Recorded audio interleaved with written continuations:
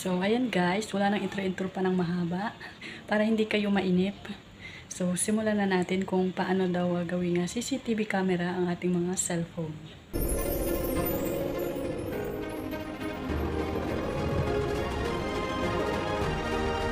Paano daw gawing CCTV camera ang ating mga cellphone?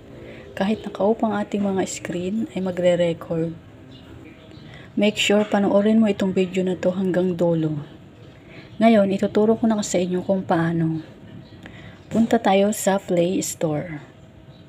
Ayan, ito yung Play Store. Siguro naman may Play Store kayo, no? Kung wala, padadalan ko kayo. Charing. Click the Play Store.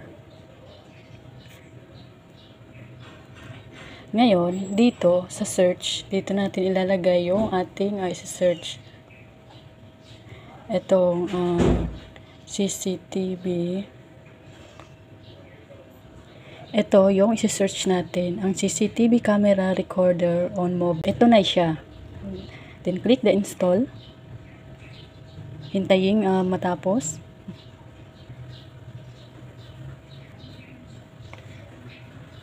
Ayan, tapos na siya. Ngayon, i-open na natin. Ito yung lalabas. So, gignan natin yung started.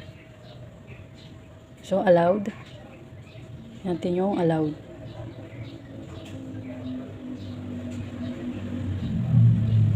So, ngayon, dito sa display over the app, i-on natin ito. Lalagyan natin siya sa blue. Ayan. Then, back. Then, get started ulit. Ayan. Dito na tayo mapupunta. Ito guys, ito yung kapag ka magre-record. At ito naman yung mga na-record natin. Dito mapupunta siya. And dito naman sa setting, yan, dito muna tayo sa setting. Itong wala to. So, dito muna tayo sa setting bago tayo magsimulang mag-record. Ayan, naka-normal lang siya. Ito dito sa video quality.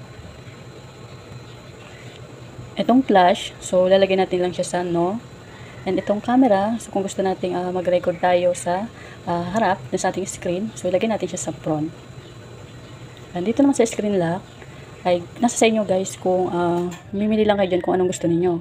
Sa akin kasi ay yes. Kasi pag nilagay mo siya sa yes, kapag nag-record ka, automatic kasi mag-off yung screen mo pero nagre-record siya.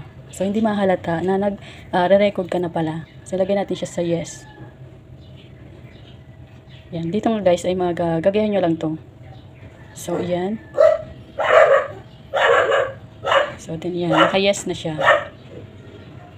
And dito naman sa silent. So, lagay lang natin siya sa no. And dito naman sa show reviews, lagay lang natin siya sa no. Ayan, natapos na tayo dito sa setting. So, pwede na tayong mag-record. So, click natin. Ayan. So, click natin tong video recorder. Ayan, may lumabas siya ng start. So, pag click mo siya, mag-automatic siya mag-off yung screen pero nagre-record siya. Ayan, di ba? Na-off yung screen niya pero nagre-record yan. So, try kong record yung sarili ko dyan. So, ngayon, tingnan na natin kung nag-record na nga siya. I-on natin yung ating screen. So, ayan, nag-still siyang nagre-record. Ngayon, i-stop na natin. Tingnan nga natin kung nagsisave siya. So, ibabak lang natin yan. And yan, pupunta tayo dito. So, ito siya. Ito yon na-record natin. So, tingnan na, play natin. Ayan, nag-record nga siya. O, diba? Nag-record siya kahit naka-off yung screen.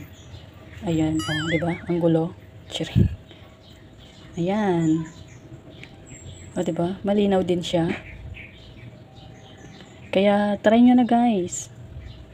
So, malalaman mo na dito kung sino yung humahawak ng cellphone mo, kung sino yung tumitingin ng cellphone mo.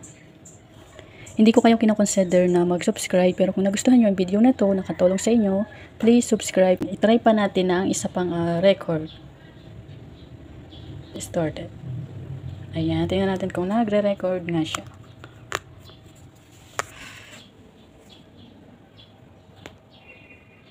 Ayan.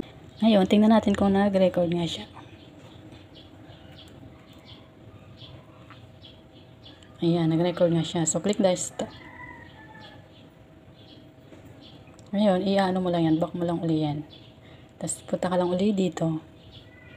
Ayan, dito tayo sa una. So, ayan, yung kanina nag-record.